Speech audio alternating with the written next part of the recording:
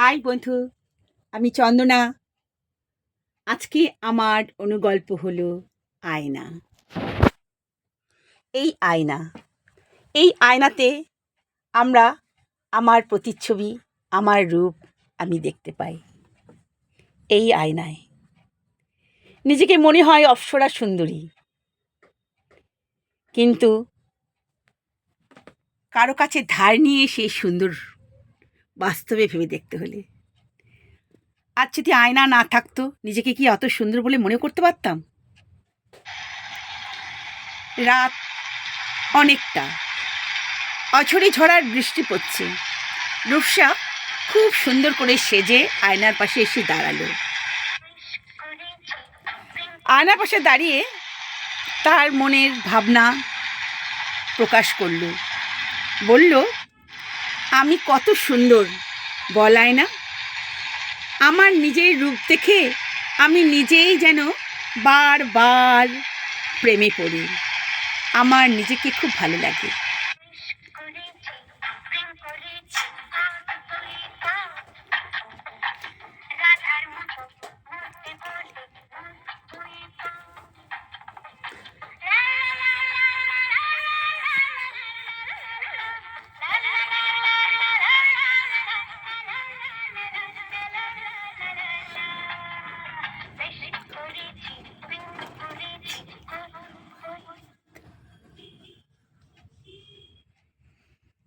আমি নিজের রূপে নিজেই প্রেম করে ফেলেছি।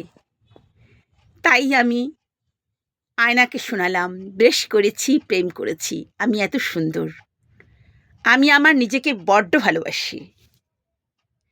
আয়না এই কথা শুনে খানিকক্ষণ নিস্তব্ধ হয়ে চুপ করে রইল। আবার বলে উঠল, বাহ, কি চমৎকার কথা তুমি বলছো। সে কি, তুমি কোথায় সুন্দর সেটা কি তুমি জানো? তুমি তো আমার প্রতিচ্ছবি দেখতে পেয়ে নিজেকে এত সুন্দরী বলে মনে করছো। রূপসা হা হা হা হা হা করে হেসে দিল। হাসতে হাসতে সে বলল, না, আমি খুব সুন্দর, কিন্তু তুমি তো জীবিত নয়। তোমার ভেতরে মৃত্যু আর কোনো এক শূন্য পদার্থ তুমি। রূপসা বলল, এই ঝড়ঝড়ের রাতে তুমি কেন বিরক্ত করছো আয়না? আমি আমার মতো কত সুন্দর হয়ে নিজেকে সুন্দর চোখে দেখছি। রূপসা বলে উঠল, কিন্তু সুন্দর হও আর যাই হয়, আয়না বলল এবারে মুখোমুখি দাঁড়িয়ে, ইহকাল পরকাল জীবিত হয়েও তুমি মৃত্যু স্বরূপ দেখতে বেঁচেছ। আয়নার কথা শুনে রূপসা রেগে গিয়ে এক টুকরে কাজগুলো যেন ভেঙে দিল। কাজ ভাঙার আওয়াজ শুরু হলো।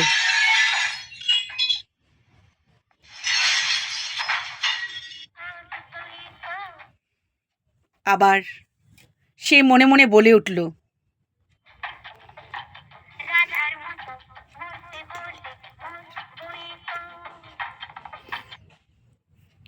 সে নাকি বেশি করেছে, প্রেম করেছে, করবেই তো।